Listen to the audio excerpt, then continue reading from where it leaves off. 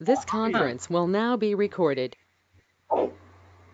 नमस्कार, मैं वैद्या स्वाति कबाड़ी श्रीरामपुर आयुर्वेदिक प्रैक्टिशनर्स एसोसिएशन द्वारा आयोजित कल्प विवेचन में आपका हार्दिक स्वागत करती हूँ।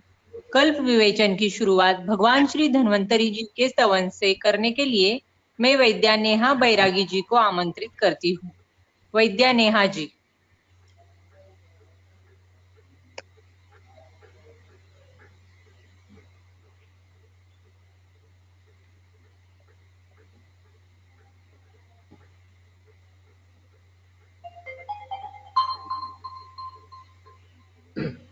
हेलो। हाँ हाँ, ठीक है।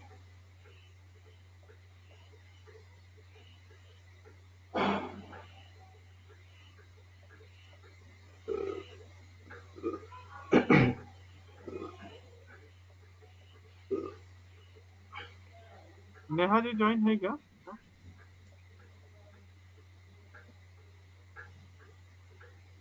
शायद है नेहा जी ज्वाइन।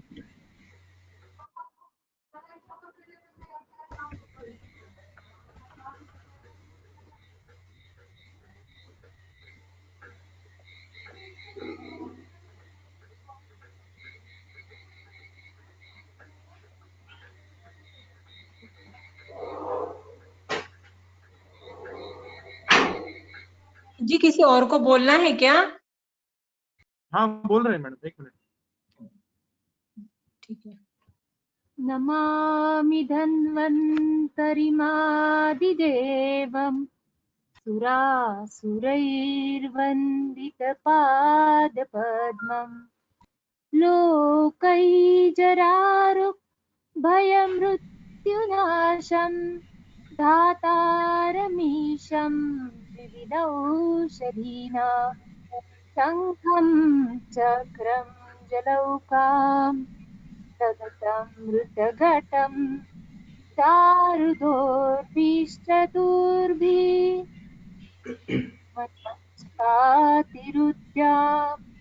सुखपरिविलसन् मौलिमं भोजनेत्रं कालाम्बोदोज्ज्वलाङ्गं कटितटविलसत् चारुपीताम्बराढ्यम् वन्दे धन्वन्तरिं निखिलगगन प्रौढदावाग्निलीलम्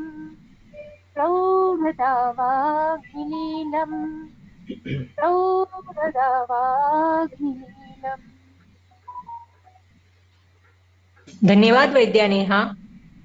आज के हमारे गेस्ट लेक्चरर है professor doctor MP Prabhudesai sir, और सर के विवेचन का विषय है concept of wound through Ayurvedic परसेप्टिव्स।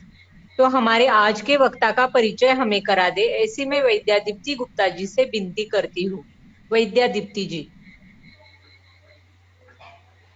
धन्यवाद मैडम।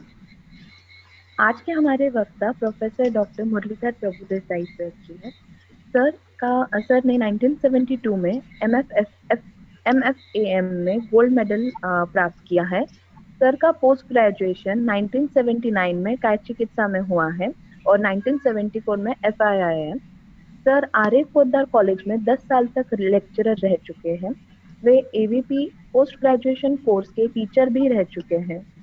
सर तिलक आयुर्वेद कॉलेज में एक्स PhD गाइड और BS आयुर्वेद महाविद्यालय में शारीर रचना और पंचकर्म विभाग के HOD थे।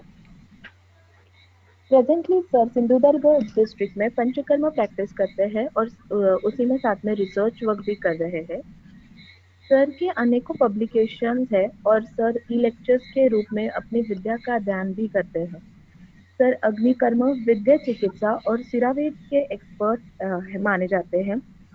सर के कई नेशनल और इंटरनेशनल रिसर्च पेपर्स भी पब्लिश्ड है।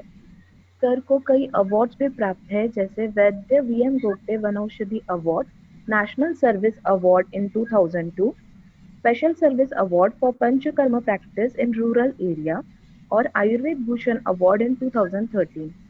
सर कुछ ऑर्गेनाइजेशंस के भी मेंबर है, LSPSS organisation, Akhil Bharatiya Van Aushadhi Abhyas Mandal, safe motherhood by WHO, All India Ayurvedic Specialist for Post Graduation Association and Sawantwadi medical association Sawantwadi.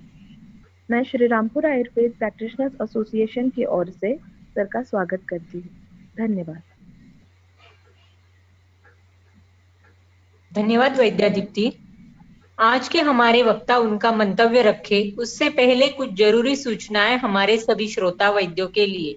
कृपया सब अपना माइक बंद रखें। वक्तव्य के दरमियान या पूरा होने पर आपके जो भी प्रश्न या शंकाएं हैं वो कृपया चैट बॉक्स में ही टाइप करें। कोई भी बिना आयोजकों के अनुमति के बीच में ना बोले। तो मैं प्रभु देसाई सर से विनती करती हूँ वो अपना मंतव्य रखे। नमस्कार वैद्यगण, मैं वैद्य प्रभु देसाई आपके सामने कुछ विचार रखने चाहता हूँ। उसके पहले आपने आपका प्रोटोकॉल पूरा किया है धन्वंतरि स्तवन का, तो मेरे प्रोटोकॉल के हिसाब से मैं भी धन्वंतरि का स्तवन पहले करूँगा। ये थोड़ा अलग तरीका है।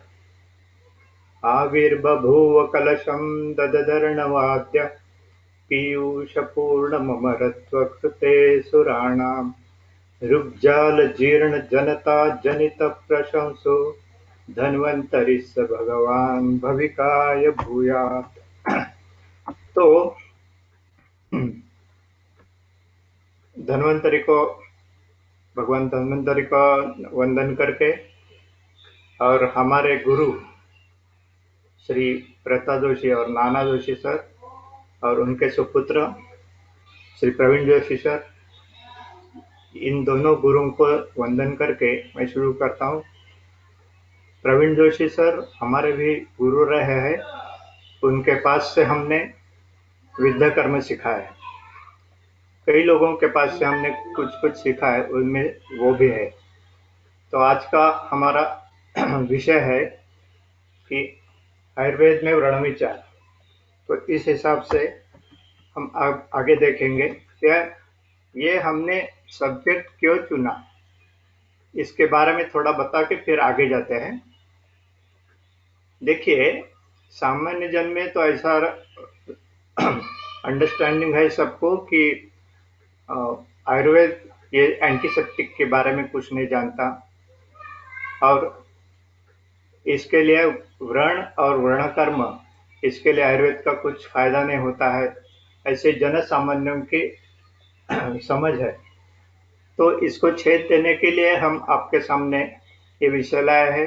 दूसरी बात यह है कि सामान्यतः जो भी वैद्यगण या डॉक्टर रहते हैं, उनके पास यदि कोई रुग्ण आता है घाव लेके, तो वो घाव का पट्टबंधन करने के लिए अपने नर्स या वार्ड बॉय के लिए यहाँ भेजते हैं, खुद कुछ करते नहीं है।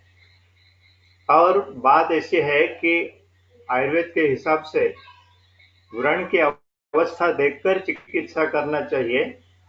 जब भी आप शुरू में व्रण का रुग्ण देखते हैं, तब आप जो व्रण की अवस्था देखते हैं वो होता है दुष्ट व्रण। और दुष्ट व्रण जब भी होता है तभी उसकी शुद्धि किए बगैर अगर आपने चिकित्सा शुरू की तो आपको सफलता विशेष नहीं होती और वो चिरकारी बन जाता है। तो ये बातें जो है कि शुद्ध व्रण होने के बाद ही रोपण चिकित्सा करनी चाहिए। शोधन तेल और रोपण तेल ऐसा आपने सुना है।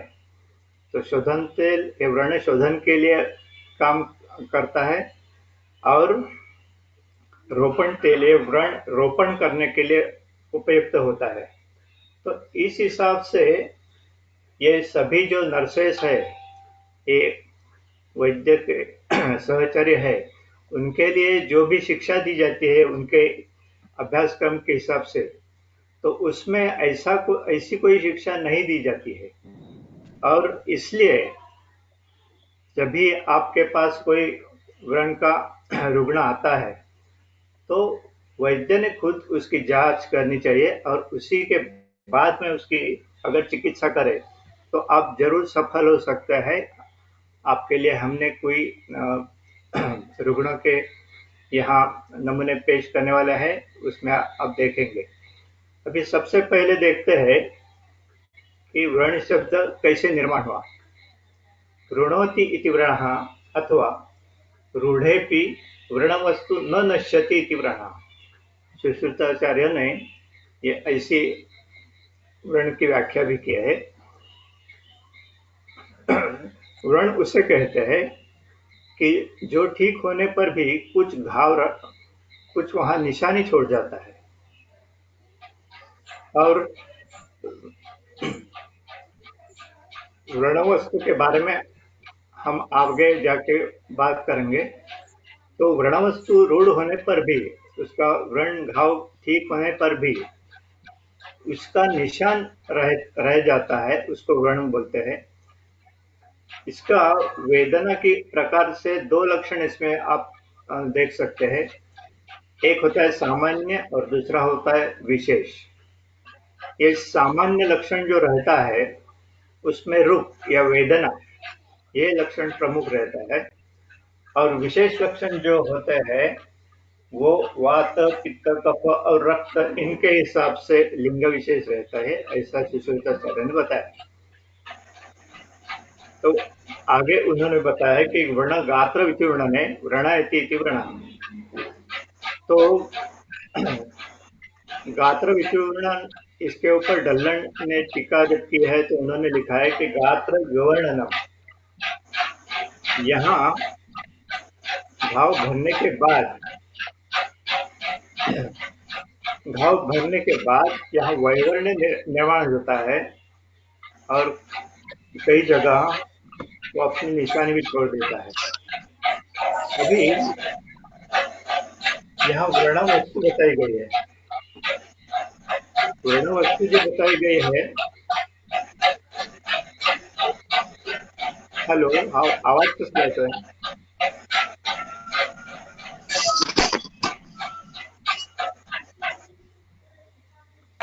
ये व्रण वस्तु 8 प्रकार की होती है, ऐसा सुश्रुताचार्य ने बताया है। उन्होंने व्रण वस्तु यानी व्रण का अधिष्ठान, व्रण जहां होता है और जितना गहरा होता है उसके हिसाब से वो 8 प्रकार की व्रण वस्तुएं बताई गई है। पहला है त्वक, दूसरा है मांस, तीसरा है शिरा, स्नायु, अस्थि, संधि, कोष्ठ और मर्म। आप त्वक से हमने शुरू किया है। यहाँ जो कोष्ठ लिखा है उसके बदले में चरकाचार्य जी ने मेद को वर्ण वस्तु बताया है। इतना ही फर्क है, बाकी वही है सब। तो ये जो व्रणायतन है, तो आयतन का मतलब स्थान है, आयतनम नाम स्थानम। और ये आयतन जो होते हैं वो अंग प्रत्यंगातिक होते हैं और यही यहाँ बताए गए हैं। अभी ये व्रण वस्तु और व्रणायतन है, ये जो दो शब्द है ये सुश्रुताचार्य ने बताए हुए हैं। और व्रण स्थान ये चरकाचार्य जी ने लिखा है और डल्लन जी ने व्रण चिन्ह ऐसा शब्द प्रयोग किया है। अभी ये जो घाव रहते हैं उनके कई आकार रहते हैं, कई आकृति रहती है। सुश्रुताचार्य कहते हैं कि ये 4 प्रकार की होती है। आयत, रेक्टेंगल, चतुरस्र, स्क्वायर, वृत्त यानी गोल, राउंड, और त्रिपुटका, ट्रायंगल। तो इस प्रकार के घाव के विविध आकृति रहती है। अभी हम देखते हैं व्रण के प्रकार कितने होते हैं।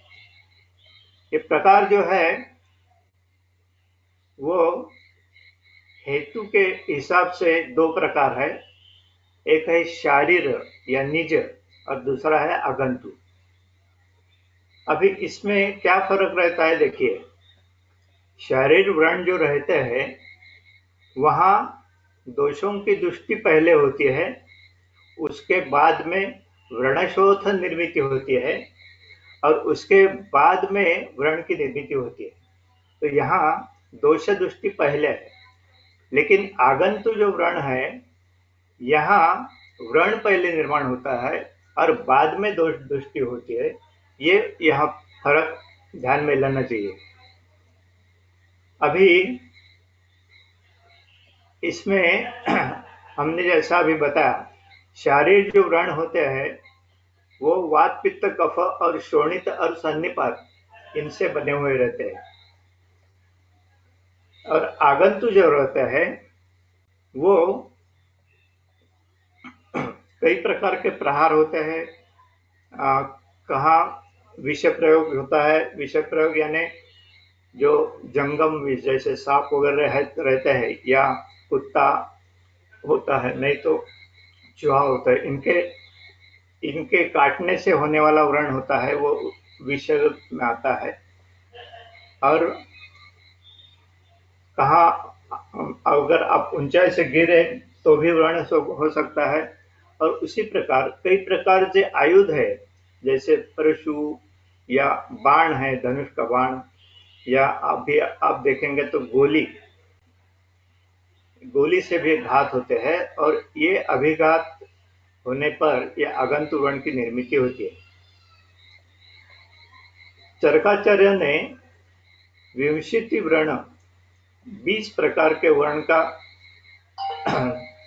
वर्णन किया हुआ है, और उसके वर्ण कैसा दिखता है या उसमें वो ऊंचा होता है, नीचा होता है, उसमें से स्राव होता है, नहीं होता है, इस प्रकार से ये 20 प्रकार के वर्ण उन्होंने बताया है। वो चिकित्सा स्थान 25वें अध्याय में आपको पढ़ने मिलेंगे।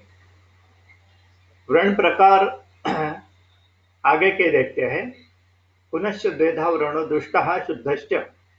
अभी ये जो वर्ण प्रकार है ये उसके कैसे दिखते हैं उसके ऊपर से है, मतलब वर्ण का दर्शन जो रहता है उस हिसाब से ये विभाजन किया हुआ है। और यहाँ दुष्ट वर्ण जो होता है तो वातादि सरकते ही पंचदशदा विद्यते, ऐसा हिंदू टीका ने लिखा हुआ है। और सुश्रुताचार्य ने और भी वर्णों का वर्णन किया है कि हेतु के हिसाब से जैसा हेतु हो, ये बाह्य वर्ण मतलब आगंतु वर्ण का वर्णन किया हुआ है। छिन्नम बिन्नम तथा विद्दम क्षतम पिच्चितमेव च। अभी ये सभी जो है एक घाव कैसा लगता है उस हिसाब से इसका वर्णन किया हुआ है, और इस प्रकार ये वर्णों का विभाजन किया हुआ है, आप देख सकते हैं। अभी यहाँ हम देखते हैं शुद्ध वर्ण। शुद्ध वर्ण या जिसमें दृष्टि नहीं होती है वो किस प्रकार का रहता है? जिह्वा तलाभ। अभी जिह्वा तलाभ, ये जिह्वा बाहर निकाल के जब भी दिखाई जाती है तभी उसका जो वर्ण रहता है उस हिसाब से ये उस वर्ण का ये शुद्ध वर्ण होता है। और यहाँ एक बात ध्यान में रखनी चाहिए, ये जिह्वा जो है ये निराम या प्राकृत जिह्वा का वर्णन है। जहाँ साम जिह्वा होती है उस जिह्वा का वर्ण यहाँ अपेक्षित नहीं है शुद्ध वर्ण के लिए। और उसमें और सारी लक्षण जो है तो ऐसे है। विगत वेदना, उसमें से वेदना नहीं होती है, जब भी शुद्ध होता है तो वेदना नहीं होती है। और तीसरा लक्षण मुख्य है वो निराश्राव, उसमें से कोई श्राव नहीं निकलता है। तो इस प्रकार ये शुद्ध वर्ण के लक्षण सुश्रुताचार्य ने बताया है। चरकाचार्य ने भी जो बताया है उसमें उन्होंने लिखा है न अतिरुक, मतलब अल्प वेदना युक्त, यानी वेदना तो रहती है लेकिन वो अल्प रहती है, ऐसा चरकाचार्य मानते हैं। और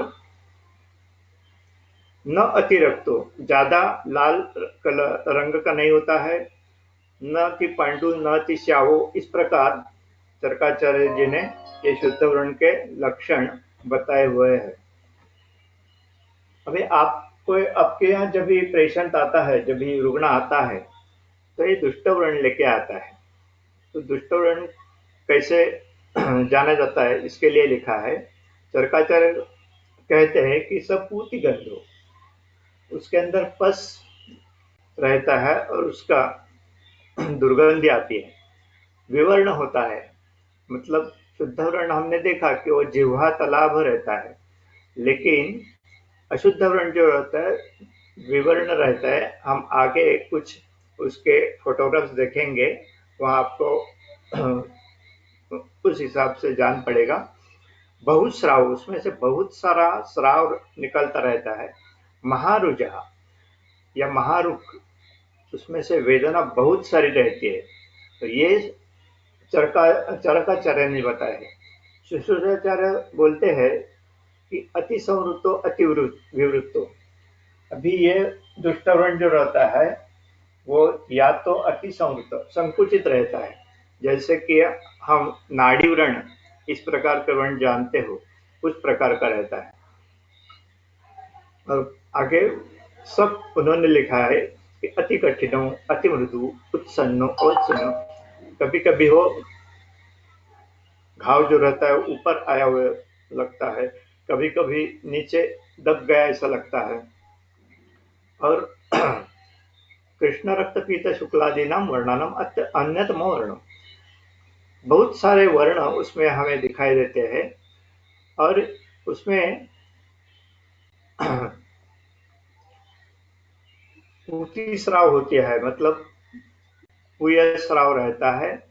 और अमदन्य दर्शन गंधो, उसका जो दर्शन रहता है वो बिल्कुल अच्छा नहीं रहता है, और उसमें बदबू भी आती है।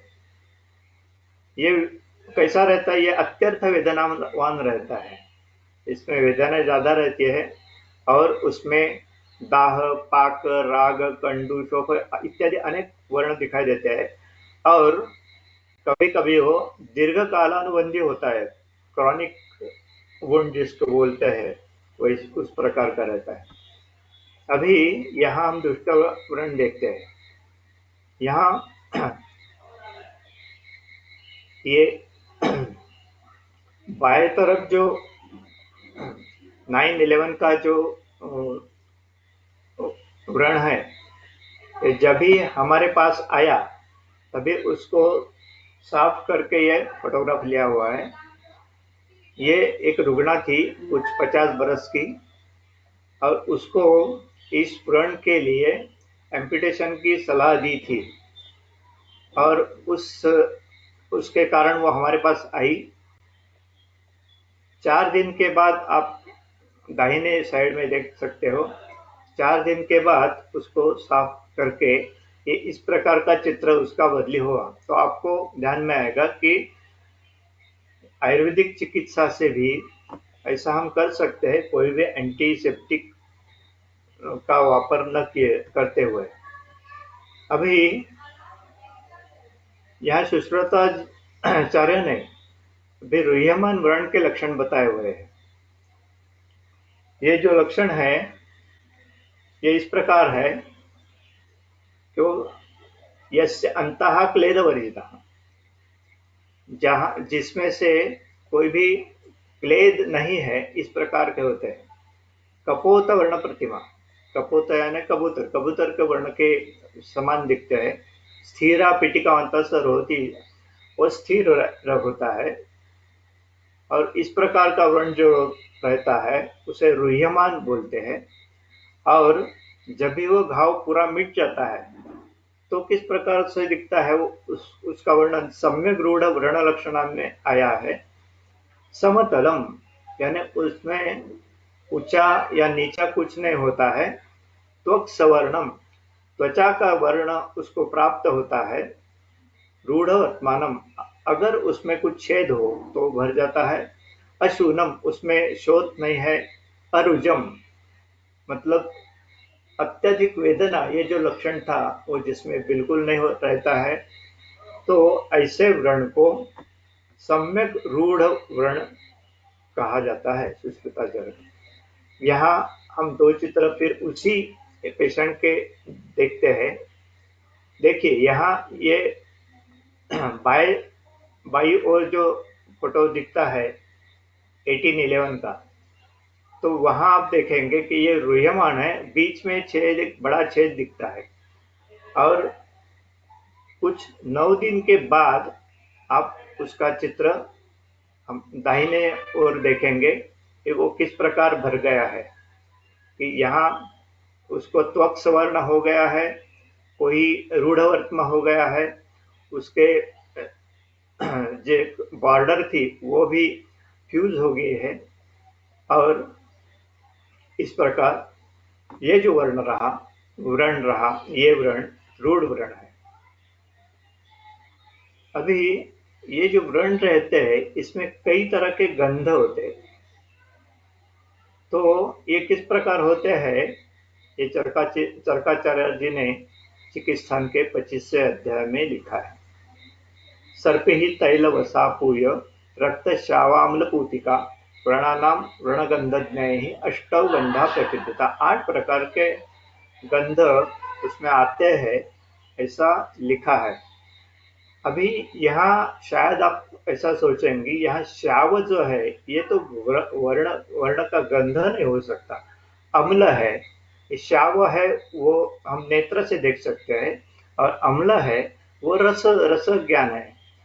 तो इसमें उन्होंने टीका में ऐसा लिखा है कि श्राव जो है वो ऐसा मानना चाहिए कि जैसे तांबे के बर्तन में अगर दही घिसा जाए तो वहां जैसी गंध आती है, तो उसको श्राव गंधव कहते हैं। और दूसरा भी उसमें पाठ भेद है, ये श को य जोड़ने के बगैर श्राव शव ऐसा लिखा है। शव यानी प्रेतगंधी जो रहती है उसके प्रकार के, तो ऐसा ये गंध का एक प्रकार है। और अम्लगंध जो है वो उसके लिए उन्होंने टीका में लिखा है कि अम्ल रसात्मक जो चीजें रहती है जैसे कि इमली वगैरह है, तो अगर हमें उन्हें न देखे तो भी उसमें भी एक कुछ विशिष्ट गंध रहता है, और उसके अनुसार हम पहचान सकते हैं। या तो दूसरा उदाहरण ऐसा है कि आम जब कच्चा होता है तभी उसका जो गंध रहता है, और पके आम का जो गंध रहता है, ये दोनों आम वही होके भी ये भिन्न भिन्न रहते हैं। तो कच्चे आम का जो गंध रहता है वैसा व्रणगंध हो सकता है, ऐसा चरकाचार्य जी का कहना है। वैसे ही शुश्रूषाचार्य भी कहते हैं कि उन्होंने भी कई गंध लिखे हैं, उसमें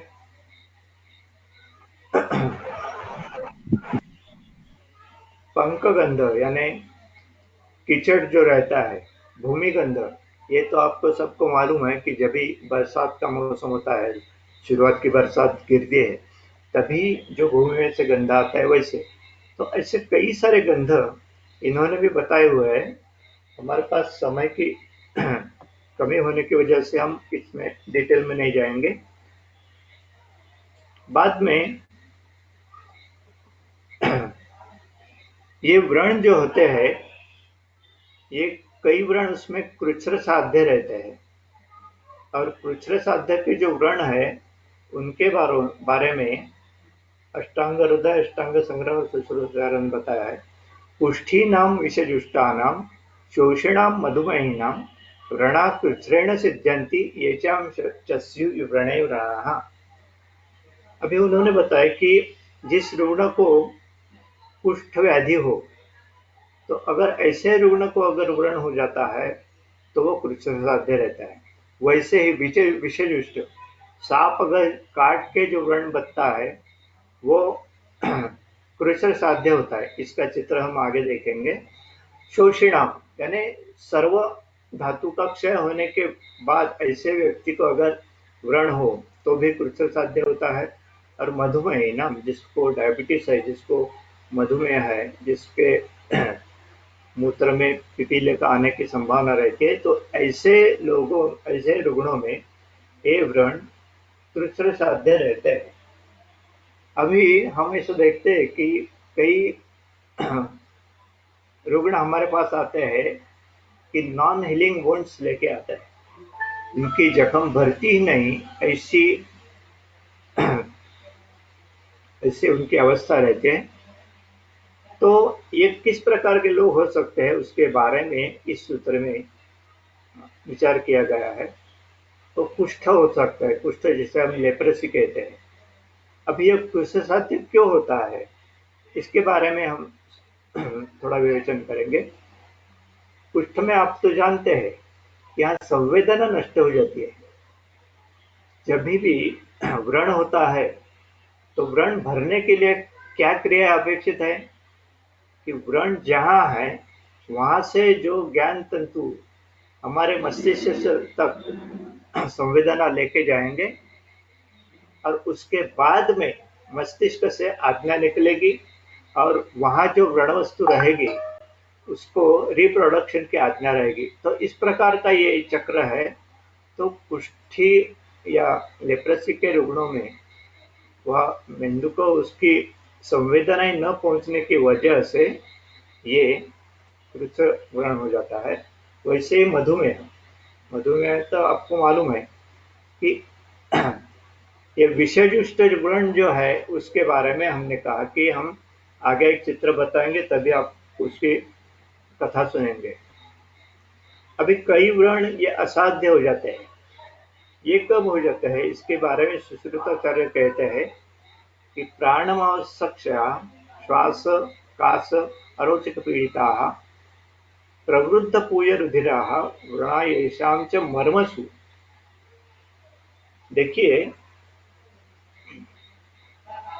मर्म स्थान जो बताए गए हैं, वो मर्म स्थान में अगर कोई व्रण होता है तो ज्यादा करके वो असाध्य होता है, क्योंकि उसमें जो आवश्यक उपचार रहते हैं वो पूरी तरह से हम कर नहीं सकते। और उसी के साथ साथ मांसक्षय होते हुए उसमें श्वास कास अरोचक होता है और उसमें दुष्ट रक्त और पूय, ये इनका जो प्रमाण रहता है वो घटता नहीं है। इस अवस्था में ये व्रण असाध्य हो जाते हैं। अभी ये जो व्रण हमने बताया है, इनके लिए चिकित्सा कैसी करनी चाहिए उसके बारे में चरकाचार्य और सुश्रुताचार्य इन दोनों ने भी कई उपक्रम बताए हुए हैं।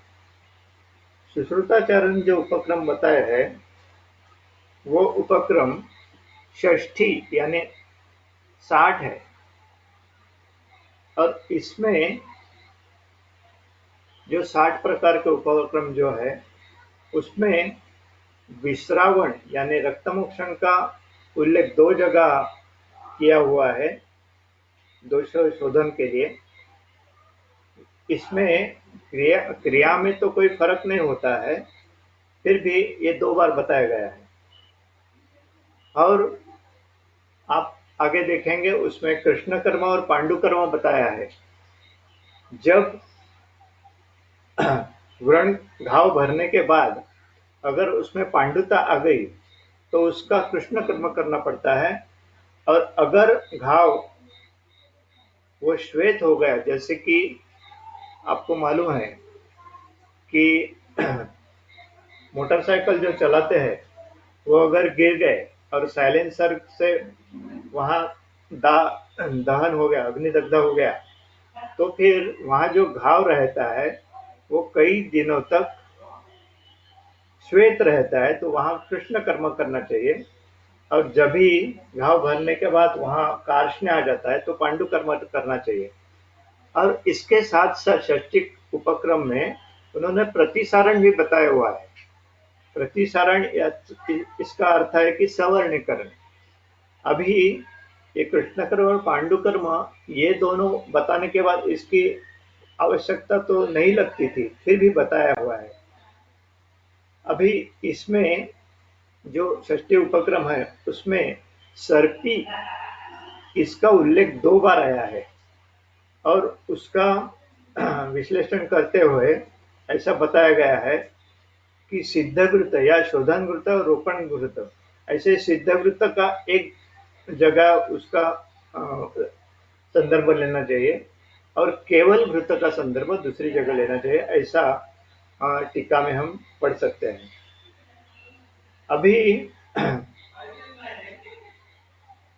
इस षष्ठी उपक्रम में अपतर्पण से लेकर विरेचन तक जो कर्म बताए गए हैं वो व्रण-शोथ के कर्म बहुत सारे बताए गए हुए और बाकी जो रहते हैं वो व्रण के रहे। ये षष्ठी उपक्रम हमने देखे, सुश्रुताचार्य जी ने जो बताया वो। चरकाचार्य कहते हैं कि 36 केवल 36 होते हैं और ये 36 उपक्रमों में वहां भी अनेक षड्विध शस्त्रकर्म बताए गए हुए, जैसे कि पाटन, वेधन, लेखन, छेदन, प्रच्छान, सीवन, इस प्रकार। और ये उन्होंने 36 बताया है। अभी इसकी जो चिकित्सा हम करते हैं तभी सबसे पहले व्रण धावन करते हैं। तो व्रण परिचय कई अपवाद की मदद से हम कर सकते हैं।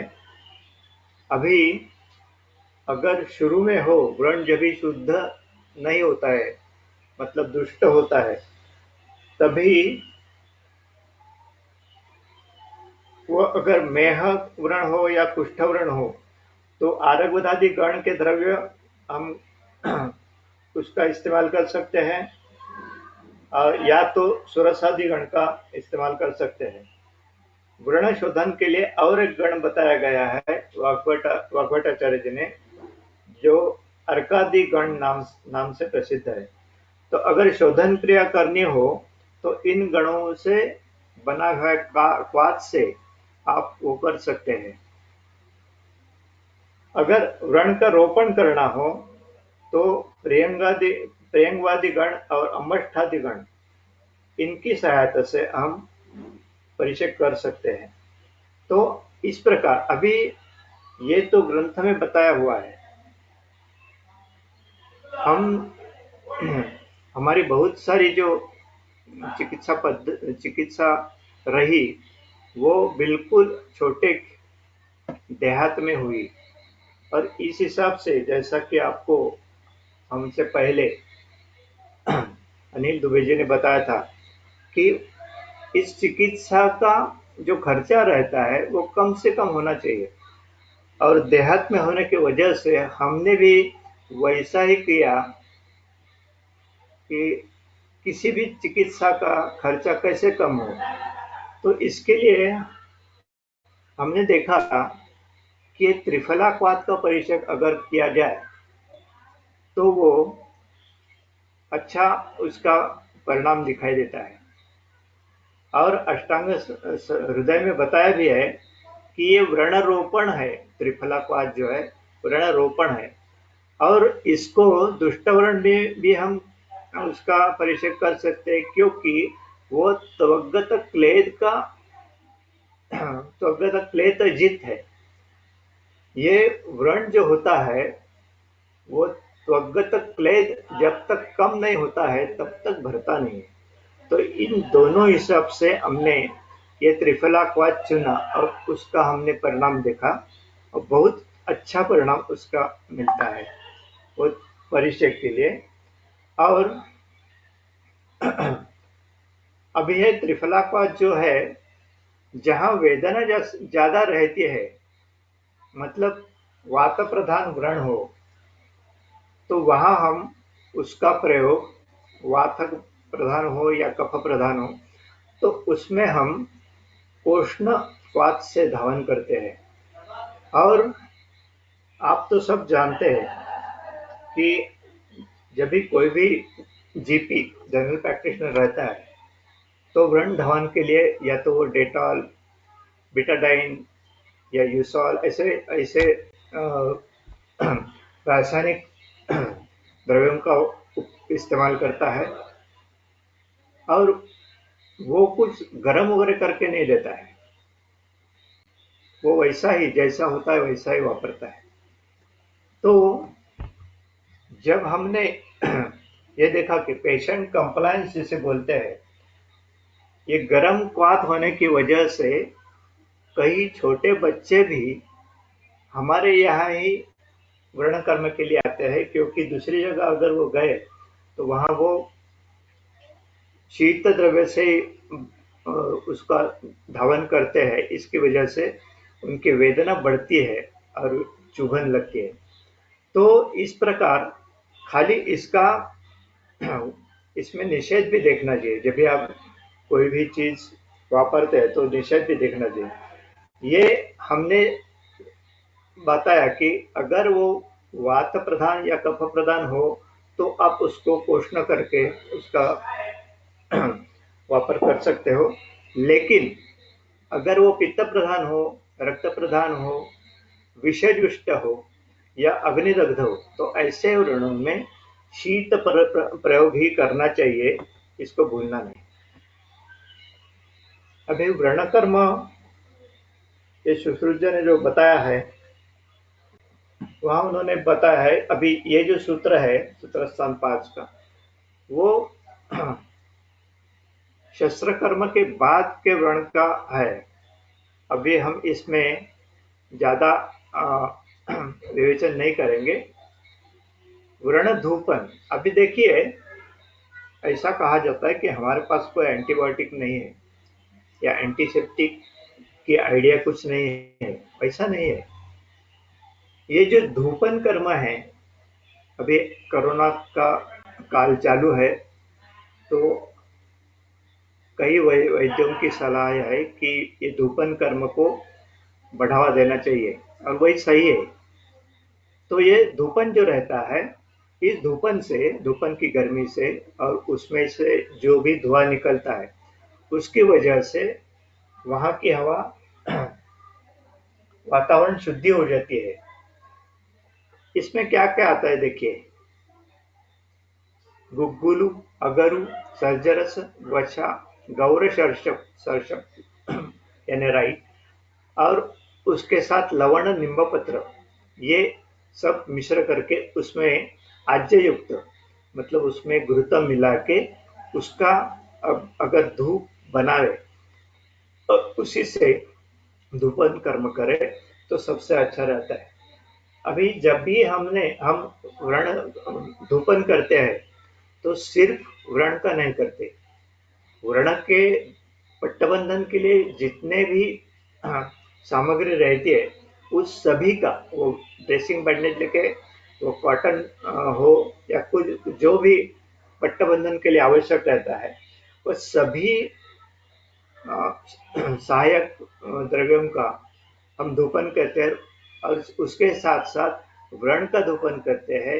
और जिस कक्ष में हम व्रण कर्म करते हैं उस कक्ष का भी धूपन करते हैं, और इस हिसाब से हमें बहुत सारे अच्छे रिजल्ट मिले हैं। अगर बात की जाए तो हम तो कहते हैं कि अभी जो कोरोना अगर कंट्रोल में लाना चाहिए तो कई यज्ञ करने चाहिए, और उसके साथ साथ धूपन भी हो जाएगा, और ये सभी जो महामारी है उसका शमन हो सकता है। तो अभी और भी उन्होंने कई सारे द्रव्य इसके लिए बताए, देवदारू है, सर्जरस है।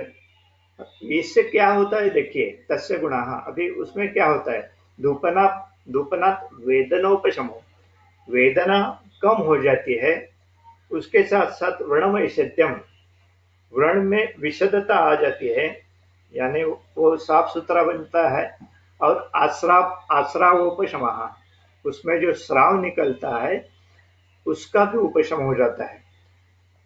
उसके और भी उन्होंने यहाँ बताए हुए हैं, सर्षप अरिष्टपत्राभ्याम।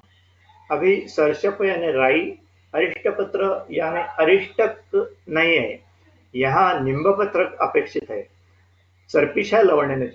और इन चारों का मेल लेकर अगर आप द्विराहकाराय धूपम दिन में 2 बार ऐसे 10 दिन तक करेंगे तो सबसे अच्छा रहता है।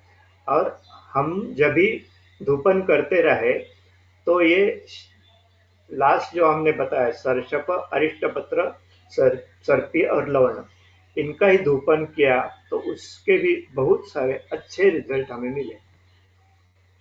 अभी व्रण शोधन और रोपण के लिए हमने आपको कई अष्टांग हृदय में जो शोधन रोपण गण बताए हैं उनका इस्तेमाल करने के लिए जैसा बताया गया है, लेकिन जैसा हमने कहा कि कम से कम सामग्री में हम कैसे कर सकते हैं।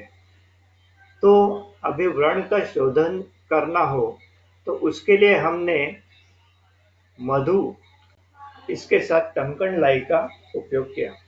आप सभी को मालूम है मधु एक उत्कृष्ट व्रणारोपण है और उसके साथ टंकण लाई अगर दिया गया तो आपको मालूम है कि ये व्रण जो रहते हैं उसमें स्लफ रहता है, यानी दुष्ट व्रण की जो लक्षण बताए गए हो। और ये स्लफ जब भी क्रॉनिक हो जाता है तभी वो व्रण के अंदर घुसा हुआ रहता है, तो घुसे हुए उस स्लफ को निकालने के लिए हम टंकण लाई का उपयोग करते हैं।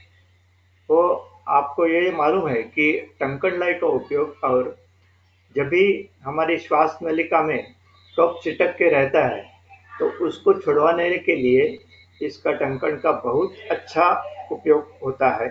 तो उसी हिसाब से हमने ये सोचा और इसका रिजल्ट भी बहुत अच्छा होता है कि हमने कम से कम दाम के लिए ये सब चुना हुआ है। उसके बाद में रोपण कर्म जब भी करना हो तो यष्टिमधु जैसे घृत आप उपयोग कर सकते हैं, या पुराण घृत अगर आपको मिले तो पुराण घृत के कई सारे अच्छे रिजल्ट है। आपको शिवाजी महाराज मालूम है, उन्होंने कई सारे किले बनाए। वो किलों में एक जो कूप रहता था तो उसमें सिर्फ घृत भरा हुआ रहता था, और जितना पुराना हो सके उतना, क्योंकि वहाँ या तो बाण से या तो तलवार के घाव से ऐसे जो घाव बनते थे सैनिकों में, तो उनको जल्दी ठीक होने के लिए ये पुराण घृत का सबसे ज्यादा इस्तेमाल वहाँ किया हुआ दिखाई देता है, और वही सच है। लेकिन अभी घृत मिलते ही नहीं तो पुराण घृत की बात ही छोड़ दे। तो यहाँ वो उसका एक ही मतलब दोष है ये पुराण घृत का, कि उससे जब आप पट्टबंधन करते हो तब वो बहुत सारा चुभता है, बहुत उससे चुभन होती है यही, और वेदना होती है, और उसको सहन करने के लिए उतना ही तगड़ा गड़ी होना चाहिए। अभी इसमें अभ्यंतर चिकित्सा कई प्रकार की दी जाती है। काढ़ी काढ़ी हेलो हेलो हेलो हाँ हेलो, मला काही बोलले? हेलो, तो ये अभ्यंतर चिकित्सा के लिए, हेलो माईक करू शकता? हाँ हा काय नाही हेलो सर, माईक ऑन झाला. हाँ माइक ऑन है, हाँ ऑन है ना? हो हो सर, कंटिन्यू करू. हाँ ठीक है, ठीक। तो अभ्यंतर चिकित्सा के लिए हमने गोक्षरादि गुगुर, इसका इस्तेमाल बहुत अच्छा देखा है, और उसके साथ में सूक्ष्म त्रिफला, ये आपको मालूम है। ये सूक्ष्म त्रिफला को हमने कई दृष्टि से हमने उसका इस्तेमाल किया है। ये एंटी इंफ्लेमेटरी भी है, एनाल्जेसिक भी है, एंटीबायोटिक भी है, एंटी एलर्जिक भी है और शोथनाशक भी है। इस हिसाब से हमने सूक्ष्म त्रिफला के भी कई उपयोग किए हुए हैं। अभी आपने अभी हमसे सुना कि जो षष्ठी उपक्रम है उसमें कई सारे उपक्रम ऐसे हैं कि जिनको हम व्रण के पश्चात कर्म कह सकते हैं। जैसे कृष्ण कर्म है जो हमने बताया कि जहाँ पांडु वर्ण आता है घाव भरने के बाद, तभी यह कृष्ण कर्म किया जाता है। पांडु कर्म ये जब भी घाव काला होता है, घाव का वर्ण ठीक होने के बाद काला रहता है, तभी प्रतिसरण इसके बारे में हमने आपको बताया है। रोम संजनन, अभी जहां रोम रहते हैं तो व्रण के बाद अगर वो रोम नहीं रहे तो रोम का संजनन होने के लिए सुश्रुत चिकित्सा स्थान 1 और चरक चिकित्सा स्थान 25 में कई सारे उपाय बताए गए हैं। रोम शातन, जहां रोम नहीं होने चाहिए वहां अगर रोम आए तो भी उसका भी इलाज कर सकते हैं। और उसी के साथ साथ उत्सादन, उत्सादन यानी जो व्रण भरने के बाद उसकी सतह से अंदर दबे हुए लगते हैं, उनको ऊपर उठाने के लिए, और अवसाधन ये बढ़े हुए व्रण को, मतलब उसमें दुष्ट मांस आता है तो उसको निकालने के लिए उसका उपयोग किया जाता है। अभी बाह्य चिकित्सा में हमने किस किस चीजों पर ध्यान दिया है बताता हूँ। दुष्ट व्रण वस्तु निरहरण, ये सबसे पहले, जिसे हम स्लफ कहते हैं। ये हमने एक फोटोग्राफ में देखा है, वो पीत सदृश उसका स्वरूप होता है। तो वो दुष्ट व्रण वस्तु का निरहरण ये सबसे पहले चीज होती है। जब तक वो दुष्ट व्रण वस्तु निरहरण नहीं होती तब तक घाव भरता नहीं है। इसके बाद में त्रिफलाक्वाथ का परिचय किया, उसके बाद में व्रण धूपन किया और यथावस्था उसके बाद में व्रण शोधन या व्रण रोपण औषधियों का इस्तेमाल किया। उसके बाद में पट्टा बंधन किया और वहाँ जैसे हमने बताया धूपन, ये स्थान का भी धूपन, व्रण का भी धूपन और व्रण के लिए जो सामग्री रही उसका भी धूपन किया। अभी ये जो है पथ्यकर आहार, ये अभी हम इसके बारे में ज्यादा बताते नहीं है क्योंकि हमें अब थोड़ा विवेचन बाकी है। ये सूत्र स्थान 19 सूत्र स्थान एक यहाँ एक ही लाइन है, वो बताते हैं व्रणाच मधुमेहाच पानीय मंदमाचर।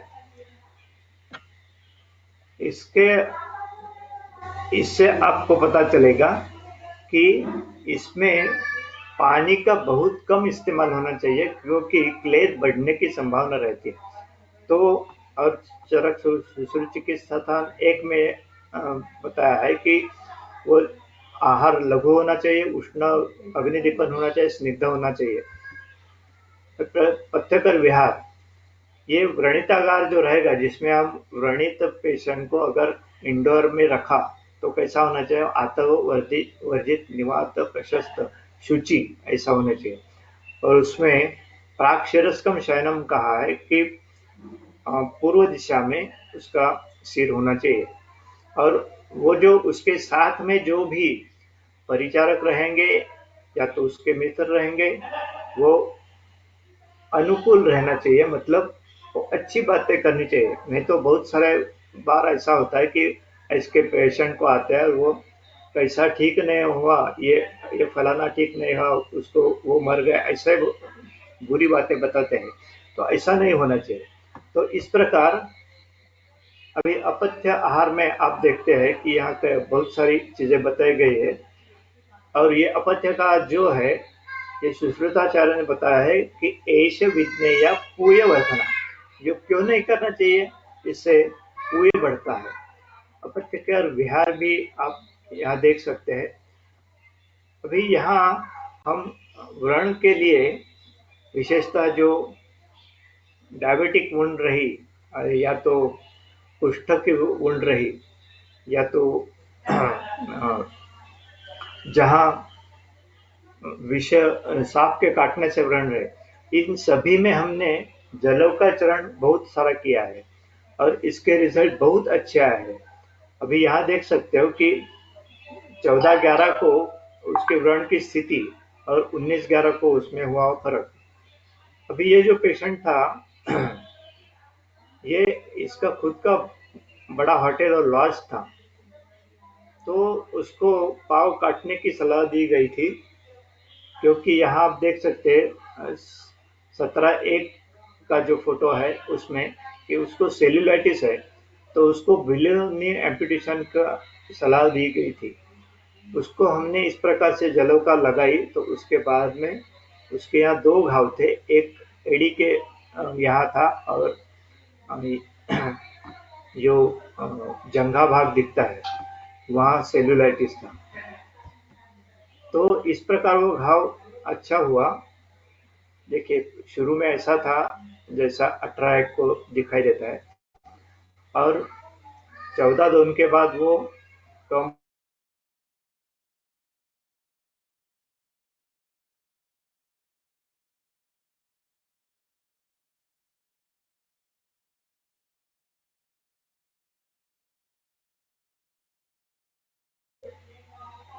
हेलो, तो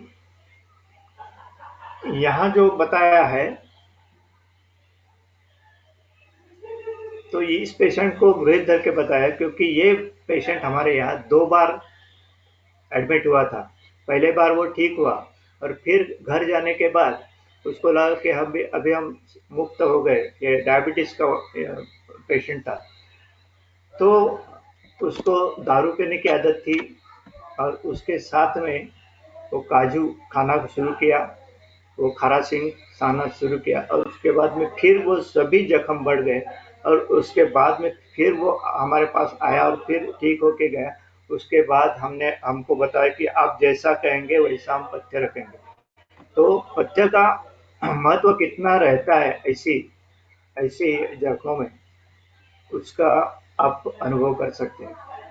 यहाँ ये जो रुग्णा थी उसका बिलोनी एम्पुटेशन हुआ था 22 दिन को। जब हमने पहली बार देखा तो आप देख सकते हैं कि व्रण कितना दुष्ट है, उसमें बहुत सारा स्लफ है और डेब्रिस है। अभी 24 को जब हमने उसको साफ किया, 24 दिन का चित्र आप देख सकते हैं, उसको भी हमने जलौकाचरण का उपयोग किया और उसके बाद में ये जख्म इस प्रकार भरती आई और यहाँ आप देख सकते हैं ये लास्ट में अभी ये 22 दिन की जख्म आप बाई तरफ देख सकते हैं और दाई तरफ आप देख सकते हैं 26। यहाँ जो ये जो पेशेंट है इसका शुरुआत तो फोटोग्राफ हमारे पास नहीं रहा, क्योंकि वो जब भी हमने हमारा मोबाइल सर्विसिंग को दिया था तो उसने पूरा फॉर्मेट मारा तो फिर वो चला गया। लेकिन फिर अभी ये लेटेस्ट मतलब एक कम से कम 2 महीने के बाद का ये पिक्चर आप देख सकते हैं। इसको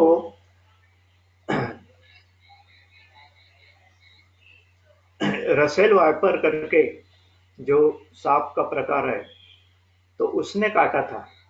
यहाँ 21/11 के जो फोटो है उसमें आप 2 उसके फैंग के चिन्ह देख सकते हैं और उसके बाद में उसने कई तरह के इलाज किए थे। आप अभी हमने सूत्र सुना कि कुष्ठीनाम विषजुष्टानाम शोषणा मधुमेहणाम व्रणाकृश्रेण सिद्ध्यन्ति। तो ये उसका अच्छा उदाहरण हमें मिलता है कि ये हमारे यहाँ आया तभी उसके दोनों पाँव सूज गए थे। अभी दाई तरफ आप देख सकते हैं कि यहाँ उसकी जंघा भाग में कई छेद दिखाई देते हैं। ये छेद इसलिए कि वो उसके शोथ नाश के लिए वो उन्होंने चिकित्सा दी थी और ये इसके साथ में उसको बहुत ही मतलब उसके विष के परिणाम के अनुसार उसको बहुत ही कमजोरी आई थी और अभी वो पहले ड्राइवर था, अभी वो फिर ड्राइविंग चालू किया उसने। ये सारे संदर्भ है कि 20 संदर्भों से हमने इसका विवरण किया है और इसके साथ में बहुत समय होने के हिसाब से हम यहाँ हम हमार आपकी रजा लेते हैं। उसके पहले हम सापा को धन्यवाद देना चाहिए क्योंकि हम बहुत दिनों के बाद इतना 1 तास 1 घंटा बात कर रहे हैं, बहुत दिनों के बाद है। और इस ऐसी आप सब विद्वज्जनों के आगे ये काम सादर करने का हमें मौका दिया, इसके लिए हम सापा के विशेषता सतीश भट्टल सर उनके हम आभार व्यक्त करते हैं क्योंकि उन्होंने जब ही है उन्होंने ऑनलाइन व्याख्यान आरंभ किया तभी उनका हमें फोन आया था कि साहब आप अगर हमारे यहाँ कुछ अपना व्याख्यान देंगे तो अच्छा रहेगा।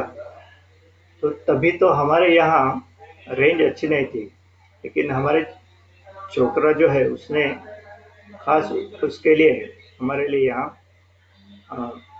केबल नेट लिया और उसके वजह से हम यहाँ ये आपको कुछ बता सके। ये स्लाइड्स तैयार करने का भी काम उसने डॉक्टर मिहिर हमारा छोटा पुत्र उसने किया है। तो उसी प्रकार मकवाना साहब ने हमें इस तांत्रिक के लिए बहुत सारी सहायता दी है, इसके लिए हम उनके भी आभारी हैं। और आप सभी विद्वज्जन आज इसके लिए उपस्थित हुए, इसके आपका भी आभार व्यक्त करता हूँ और आपकी रजा लेता हूँ। धन्यवाद। धन्यवाद सर, आपने बहुत अच्छा वर्ण का ज्ञान प्रत्यक्ष रूप से और शास्त्र सम्मत ऐसे दे दिया। अब वक्त है श्रोताओं के शंका समाधान का और हमारे इस सत्र के सूत्र मैं वैद्य महेंद्र बोर्डे सर जी को सौंप रही हूँ। वैद्य महेंद्र जी। थैंक यू कबड्डी मैडम। सर एक क्वेश्चन है, पुराण घृत का स्टोरेज कैसे करना चाहिए? कैसा है, पुराण घृत का स्टोरेज अगर करना हो तो या तो ग्लास के बर्तन में करना चाहिए, नहीं तो चीनी माटी का जो बर्तन रहता है उसमें करना चाहिए। और आदर्श है कि अगर कथील का बर्तन हो तो सबसे आदर्श रहता है, तो उसमें डालते रहना चाहिए और जितनी बरस तक वो रह सके उतना अच्छा रहता है। Okay sir. कुछ पेशेंट्स जो रहते हैं बेड रिडन रहते हैं तो उनमें बेड सोर्स बहुत टाइम देखने को मिलती है। उस पेशेंट का हमें कैसा विचार करना चाहिए और उसकी लाइन ऑफ ट्रीटमेंट, या फिर बेड सोर हो ही नहीं, इस हिसाब से हम क्या कर सकते हैं? हाँ, बहुत अच्छा प्रश्न है। एक बात ध्यान में रखनी है, बेड सोर क्यों होते हैं? वो उनके जो बोनी पॉइंट रहते हैं इन पेशेंटों के, वो उनका घर्षण होता है।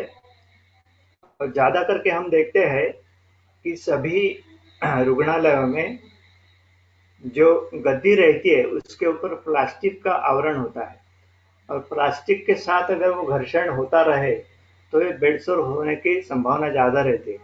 वाटर बेड का कोई लोग वापरते हैं उसका नहीं, लेकिन सभी जगह उसकी सुविधा उपलब्ध होती है ऐसा नहीं। तो एक बात ध्यान में रखनी चाहिए कि घर्षण हमें टाल देना चाहिए। और ये घर्षण टाल देने के लिए जो भी बोनी पॉइंट्स है वहां आप शंखजरक जैसे ये श्लक्ष्ण चूर्ण अगर लगाओ तो बहुत अच्छा रहता है और घाव होने से बचना होता है।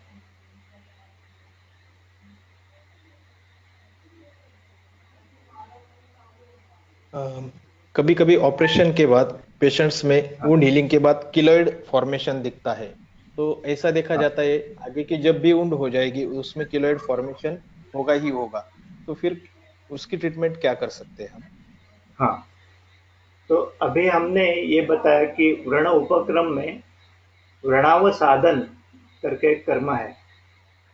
तो व्रणावसाधन उसके लिए कई क्षार क्षार वापर कर सकते हैं। या तो सबसे अच्छा है अग्निकर्म करना। अग्निकर्म से इसके रिजल्ट बहुत अच्छे आते हैं।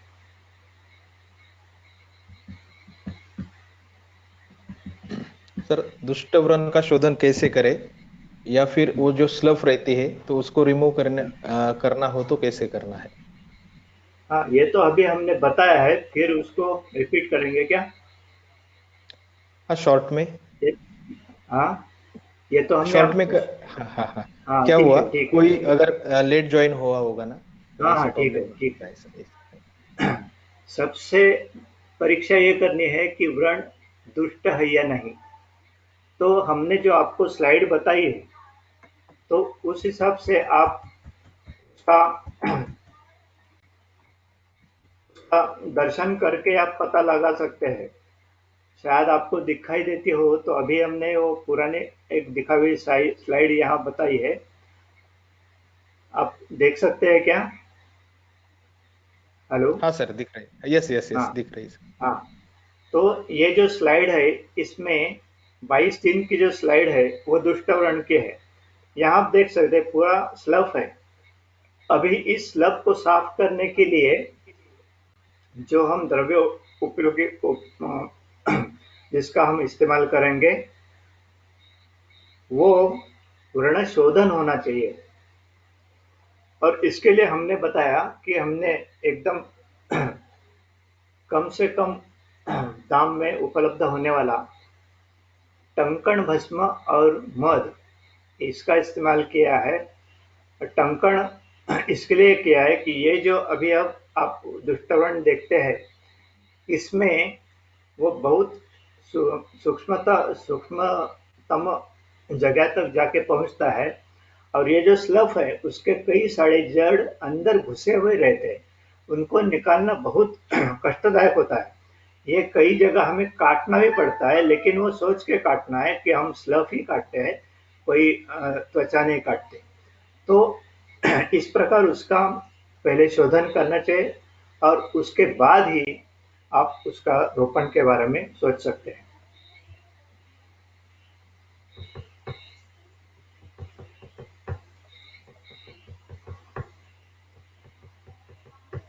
उसके बाद सर अवैस्कुलर नेक्रोसिस में क्या, कैसे हम सोचेंगे? हाँ, देखिए, अवास्कुलर नेक्रोसिस, इसका मतलब है कि ये मार्गावरोध है। और ये मार्गावरोध के लिए सबसे अच्छा इस्तेमाल आप कर सकते हैं वो जलों का है। क्योंकि जब हम जलों का वापरते थे, हमने ऐसा एक आर्टिकल हमने रीडर्स डाइजेस्ट में तो पढ़ा था कि deeper wounds are deeper clots, deeper thrombi are easily destroyed with the help of the saliva of the leeches, ऐसा हमने पढ़ा था। तो उसका उपाय हमने कोरोनरी ब्लॉक में किया था, और उसके भी हमें कई सारे अच्छे रिजल्ट मिले हुए हैं। तो उस हिसाब से अवास्कुलर नेक्रोसिस में भी आप उनका इस्तेमाल कर सकते हैं, और अंदर से उनको अस्थि पोषण और उसके लिए चिकित्सा करनी चाहिए, और तिक्त क्षीर घृत बस्ती दे सकते हैं। सर बहुत चलने के बाद, जैसे फॉर एग्जांपल वारी वगैरह में जो वारकरी चलते हैं हाँ ज्यादा, उनके हाँ पैरों में हाँ छाले आ जाते हैं, तो उस हाँ टाइम छाले हुई नहीं, या फिर वो अवॉइड करने के लिए, या फिर होने के बाद उसकी क्या ट्रीटमेंट कर सकते हाँ, दोनों प्रकार हम बता सकते हैं। न हुए इसके लिए सबसे अच्छा है स्नेहन। कोई भी जो इजीली अवेलेबल तेल हो, तो जब भी वारी में जाते हो, तभी सुबह निकलते जब भी हो, तभी निकलते समय ही उसको अच्छी तरह से वहाँ स्नान करना चाहिए। और उसके बाद में पाँव में ग्लोव्स डालने चाहिए। और अगर हो गए तो उसमें 2 प्रकार के ट्रीटमेंट हम दे सकते हैं। या तो उनको व्रण की चिकित्सा जैसे शोधन और रोपण दे सकते हैं, नहीं तो अगर उनके वारी पूरी होने के बाद उनको जलोका लगाए तो भी वो घाव ठीक होने में मदद होती है।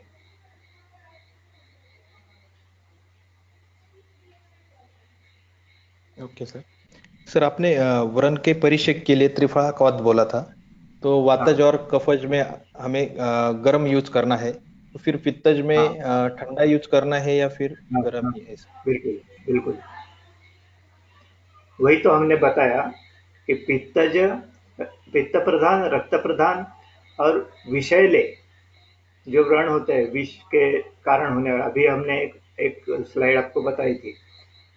अगर वैसा हो तो उसमें शीत का ही या अग्निदग्ध व्रण हो तो भी उसमें शीत का ही प्रयोग करना चाहिए।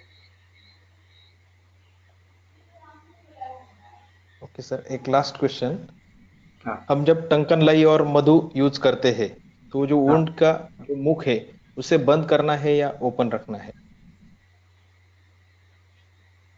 नहीं उसको हम बंद कर सकते हैं, क्योंकि क्या है, अगर ओपन रखी तो उसके ऊपर मक्खी नहीं बैठनी चाहिए। ये सुश्रुताचार्य ने वो बताया है, जो व्रणित आगार जो लिखा है उसके अंदर मक्खी नहीं आनी चाहिए, सबसे पहले लिखा है। तो मक्खी ऐसे अगर बैठी तो वो कई सारे जंतु लाती है और उससे व्रणकर्म बहुत दिक्कत होती है व्रणकर्म में। तो इसके लिए वो व्रण बंद करके रखते हैं तो अच्छा रहता है। और जो धूपन करते हैं तो उसका कुछ डिस्टेंस, यानी एक फीट दूरी से करना है या 2 फीट, ऐसा कुछ? नहीं, जो घाव रहता है वो जितना नजदीक हो सके उसको जलना नहीं चाहिए, मतलब जलन होना नहीं चाहिए, इतनी लंबाई से कर सकते हैं। और उसी तरह वो व्रण पट्टबंधन की सामग्री और उस रूम का भी आप धूपन कर सकते हैं। Okay sir, thank you. अभी मैं आदरणीय भट्टर सर को विनंती करता हूँ कि अध्यक्षीय समारोह करिए। भट्टर सर, आदरणीय भट्टर सर। धन्यवाद महेंद्र। सर प्रणाम, सतीश बात कर रहा हूँ। प्रणाम हाँ सर, नमस्ते, आपको बात नमस्ते चाहिए नमस्ते। और बहुत दिन से आपका भाषण सुनने की बहुत इच्छा थी, जो आपने आज पूरी की है। बहुत ही गांव में रहते हुए नेट का बहुत ही तकलीफ होते हुए भी आपने हमारी ये इच्छा आपने पूरी की, इसलिए बहुत बहुत धन्यवाद। धन्यवाद सर धन्यवाद। चाहूंगा, सर ने कोरोना का सॉरी कोरोना ही आ रहा हूं मैं, कार्डियक पेशेंट में या ब्लॉक में भी जलोका लगाई थी। मुझे याद है सर, मैंने 96-97 को एक लेख लिखा था इस पर, जलोका चारण पर। तब आपने मुझे लेटर लिखकर उस पर सब मालूमात दी थी। तब से पहली पहचान मेरी तब से हुई। इतने बड़े, इतने सीनियर होकर भी सर ने मुझे, मेरे सिर्फ एक आयुर्वेद पत्रिका में आए हुए लेख को उन्होंने मुझे बताया था कि मैंने ऐसे बहुत केसेस किए ना, उसको अच्छे रिजल्ट से तुम आगे जाओ। 96 का दौर ऐसा था कि उस वक्त मार्गदर्शन के लिए लेटर, इसके सिवा कुछ भी नहीं था। तो भी सर ने कुछ पहचान ना होते आयुर्वेद पत्रिके से मेरा एड्रेस निकालकर मुझे एक लेटर भेजा था, मुझे अभी भी याद है। और उसके बाद सर मैंने जो प्रशंसा या जो पाठिंबा चाहिए, जो पीठ पर हाथ चाहिए, वो इनडायरेक्टली आप तो बोलकर आपने रखा और हमने किया। ऐसे बहुत से कम गुरु है कि जो खुद होकर शिष्यों को देते हैं, और सर उसमें एक है। आप सर का व्रण चिकित्सा में काम काफी बड़ा है और उन्होंने अभी बताया भी व्रण चिकित्सा है। सबसे बड़ी बात, गांव में रहकर, हम लोग शहर में रहते हैं, शहर में सब सुविधा रहती है, पेशेंट को ट्रीट करते हैं, लेकिन गांव में रहकर जो उन्होंने ये काम किया, उससे ज्यादा बड़ी बात कि उसके पहले वो पोद्दार आयुर्वेद में थे। पोद्दार आयुर्वेद में रहकर एक मुंबई में रहने के बाद गांव में गया और लोगों की सेवा की। सही में सर से एक गुण हम सभी ने लेना चाहिए, गांव में जाकर काम करना चाहिए, और वही प्रेरणा नाना जी ने भी दी है, और सर जी भी वही प्रेरणा हमें देते हैं। सर व्रण चिकित्सा में जलोकाचारण का ज्यादा मैंने वेरिकोज वेन में काफी अच्छा रिजल्ट देखा है। वेरिकोज अल्सर में जलोकाचारण के काफी रुग्णों को हमने रिजल्ट पाए हैं, और टंकन का व्रण शोधन के लिए और कृपा धावन के लिए भी अच्छा उपयोग होता है। इस सर के बाद मैंने कुछ बताना यही गलत होता है। एक्चुअली सर के वक्तव्य में मैं अध्यक्ष ना, ये बहुत बड़ी गलती है मेरी। लेकिन सर सपा के सब लोग मेरे से ज्यादा प्यार करते हैं, इसलिए हर वक्त वो बोलते हैं क्या व्याख्यान का आखिरी सेशन आप किए, इसीलिए मैं सिर्फ आपने हमारी विनंती को मान लिया, इसलिए धन्यवाद के लिए मैं बात कर रहा हूँ। मैंने कोई अध्यक्षीय भाषण नहीं किया सर, आप ही सब हो। एक बार फिर से आपका बहुत बहुत धन्यवाद। धन्यवाद। अमित।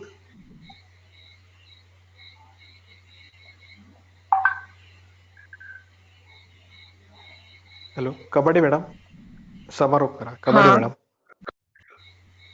हाँ, धन्यवाद भट्टर सर जी। और मैं अभी आज मैं आप सभी श्रोतागणों का भी धन्यवाद करती हूँ कि आपने ये बहुत अच्छे से ये सब सर के व्याख्यान का, उनके ज्ञान का लाभ लिया। तो आज का सेशन समाप्त हुआ ऐसी घोषणा करती हूँ। शुभ रात्रि।